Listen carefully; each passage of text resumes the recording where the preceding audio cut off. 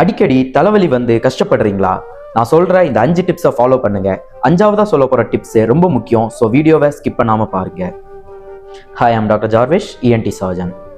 Migraine, அதாவது ஒத்த தலைவலி வந்தா நமக்கு கூடவே வாந்தி வர மாதிரி இருக்கும். சத்தத்தை கேட்டா இரிட்டேட் ஆகும். லைட்டை பார்த்தா கஷ்டமா இருக்கும்.